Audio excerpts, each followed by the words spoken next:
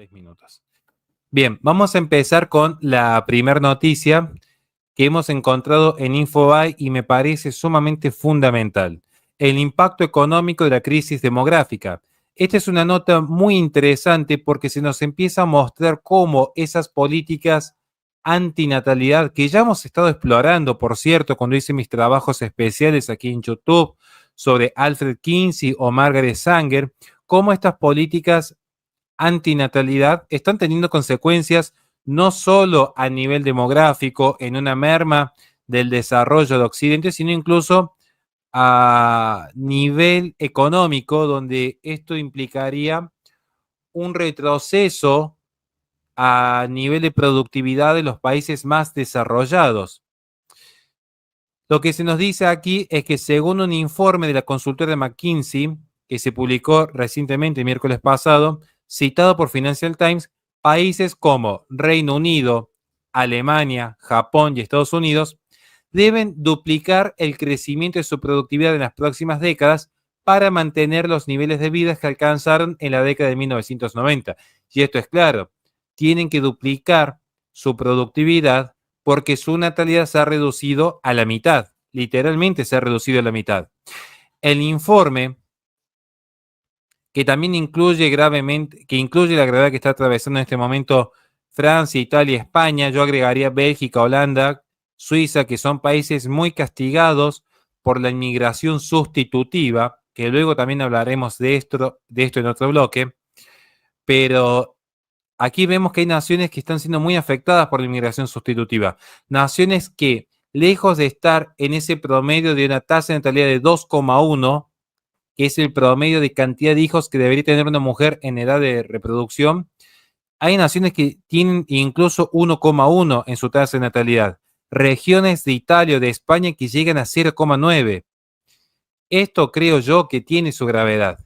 Entonces, el informe detalla que para igualar el crecimiento del Producto Bruto Interno per cápita registrado entre 1997 y 2023, Francia e Italia tendrían que triplicar la productividad en los próximos 30 años. España necesitaría cuadriplicarla antes del 2050. Un dato, si la tasa de natalidad que tiene España hoy, que es entre 1,1 y 1,4 según la consultora que uno tome, si se sostiene hacia el año 2050, se especula que hacia el año 2100 la etnia española desaparecería.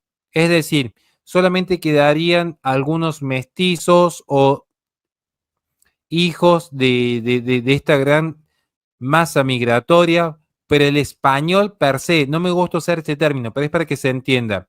Si yo hablase el español como raza, no me gusta ese término, pero es para que se entienda, desaparecería hacia el año 2100 si se conserva la tasa de natalidad en decadencia que tiene en este preciso momento.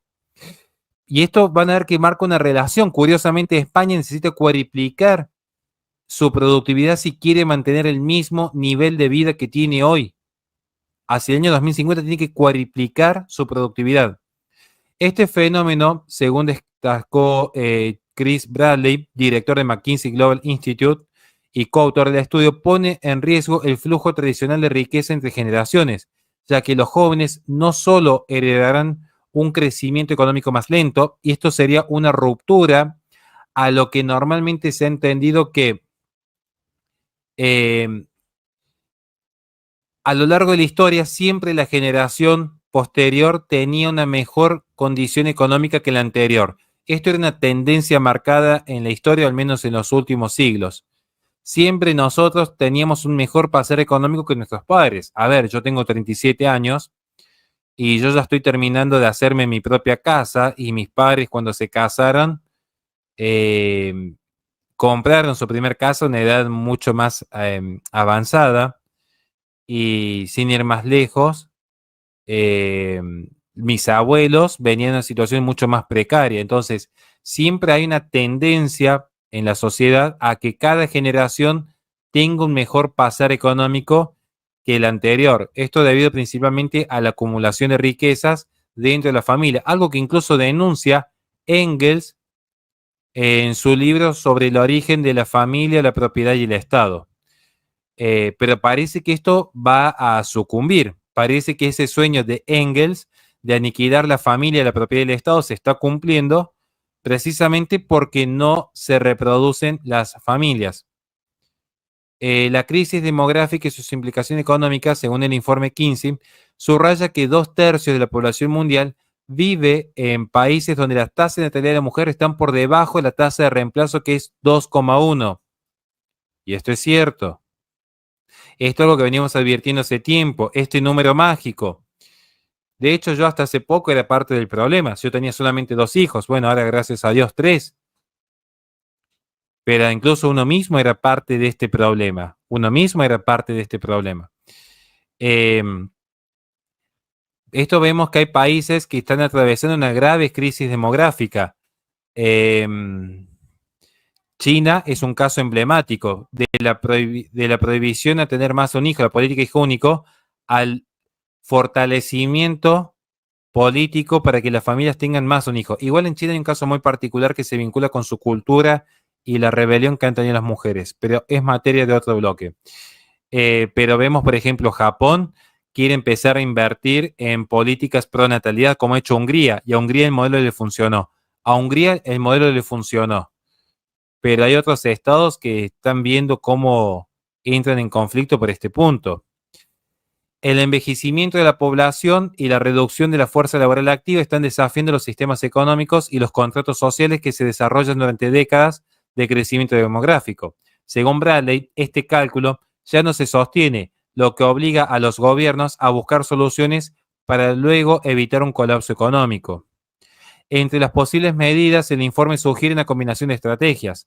Aumentar la participación de los jóvenes en el mercado laboral, esto sería bajar la edad mínima legal para incorporarse al mercado laboral, extender la vida laboral de los trabajadores, esto es ampliar la edad que se requiere para la jubilación, y luego mejorar significativamente la productividad. Aquí habría que hacer una gran inversión en desarrollo y tecnología.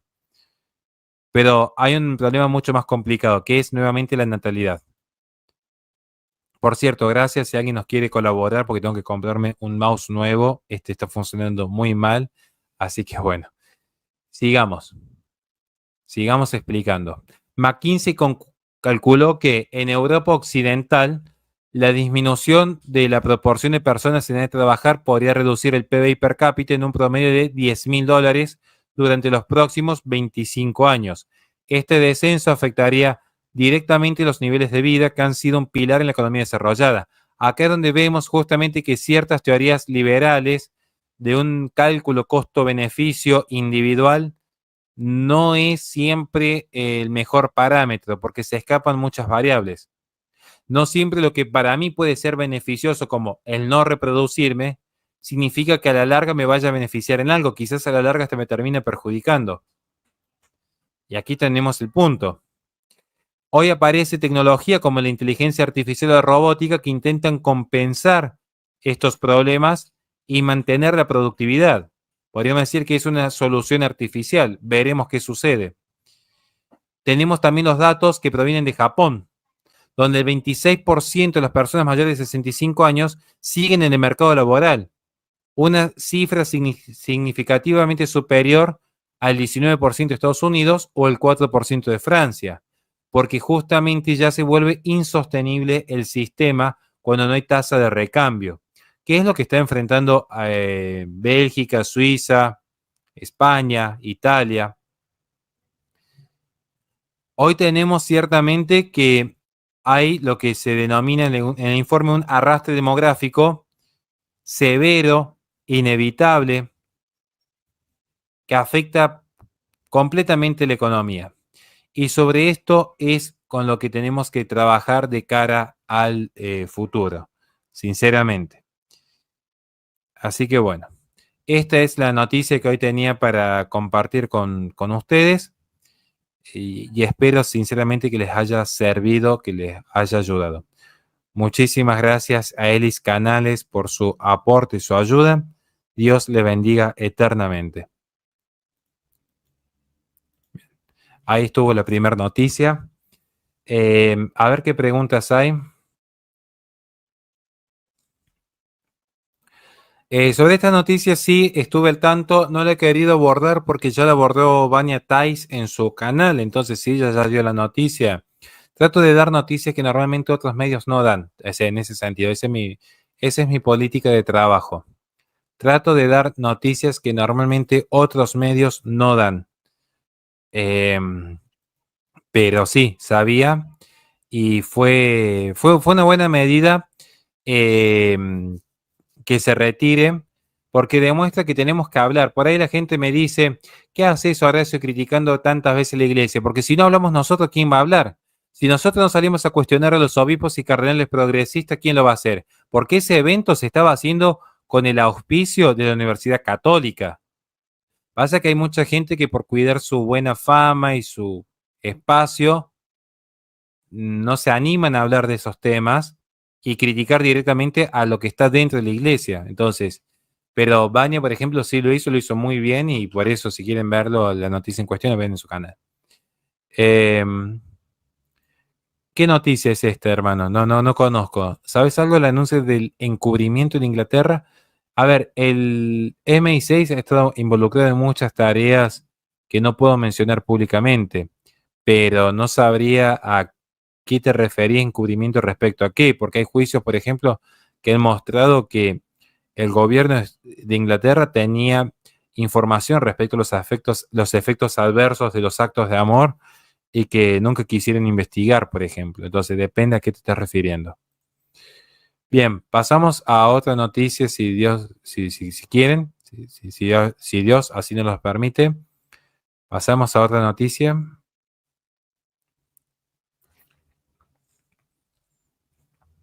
¿Qué me dicen? ¿Vamos o no vamos?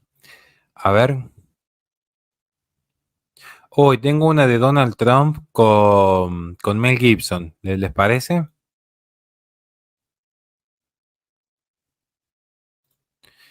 Eh, Vi la noticia sobre el Papa, pero no la quise dar porque no es tan así como se dice. O sea, yo leí el documento y no me pareció que haya nada extraordinario. De hecho, el padre Rabasi ya lo desmintió, no es que se permite así per se a que los homosexuales sean sacerdotes. De hecho, el propio Papa Francisco dijo recientemente, recientemente, hace unos meses atrás, que la iglesia se le había llenado de maricones. Lo dijo con esas palabras, objetivamente dijo con esas palabras. Entonces, eh, pero no, esa noticia, si no lo di justamente porque no es real. Así ese titular no es real y como les dije, mal que le pese a algunos garroteros, siempre que he hablado con documentación en mano. Si no, no hablo. Así de simple, no hablo. Y en este caso no iba a hablar porque no hay nada real per se. ¿Puede ser que haya cierta ambigüedad? Sí. ¿Puede ser que hay muchos sacerdotes homosexuales? Sí. Y yo creo que si somos honestos, más de uno conoce uno. Pero luego, no veo que haya sido una noticia así tan importante porque, insisto, no era real así como se presentaba. Bien, vamos a pasar con otra noticia. Tengo una noticia bastante interesante aquí, eh, que creo que les puede llamar la atención. Eh, Vamos a ver con qué salimos aquí.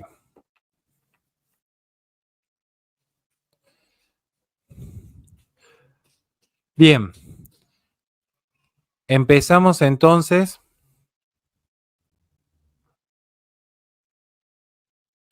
Vamos a dar una noticia bastante llamativa, bastante interesante para algunos, que es que Donald Trump ha apuntalado a Mel Gibson y a Sylvester Stallone como enviados, como embajadores especiales a Hollywood. Y todos saben que Hollywood se ha convertido en, en una eclesia, en una gran asamblea progresista. Entonces, aquí es donde vamos a ver que Donald Trump ya parece interesado en llevar esta batalla cultural de la derecha a un espacio dominado históricamente por una izquierda cultural, digamos, ¿no? Eh, Donald Trump anunció en su propia red social, Truth Social, que es un honor anunciar a Jon Voight, Mel Gibson y Sylvester Stallone como embajadores especiales en Hollywood. Un Hollywood que está, al igual que California, ardiendo por una serie de sucesos inesperados para muchos. Esto es para los periodistas especializados un movimiento muy sorpresivo del presidente electo que ha mostrado ya su cercanía con Sylvester Stallone particularmente. Un Sylvester Stallone que parece que entra en esta trifulca con Schwarzenegger, donde siempre estuvieron comparados, y no solamente por el tipo de películas o el físico de cada uno, sino incluso comparados ambos como actores de acción, porque Schwarzenegger se vinculó al espacio demócrata y acá está Sylvester Stallone posicionándose a favor de una derecha republicana. Por eso es llamativo este tipo de nombramientos, digamos, ¿no? Donde justamente Donald Trump lo que está sosteniendo que van a servir como enviados especiales para un propósito superior, para brindarle a Hollywood algo más que simplemente negocios, sino para brindar también un talento especial donde se pueda ver y escuchar las necesidades concretas que tiene el pueblo americano y que parece que Hollywood ha olvidado en pos de satisfacer intereses extranjeros. Esto que está diciendo aquí en esta parte Donald Trump es una referencia clara a cómo Hollywood ha ido modificando sus guiones, por ejemplo, para abrirse al mercado chino, donde prefieren arrodillarse a las pretensiones del Partido Comunista Chino y poder operar en aquel mercado antes que satisfacer las necesidades que tenga, por ejemplo, el pueblo americano en promedio. ¿Bien?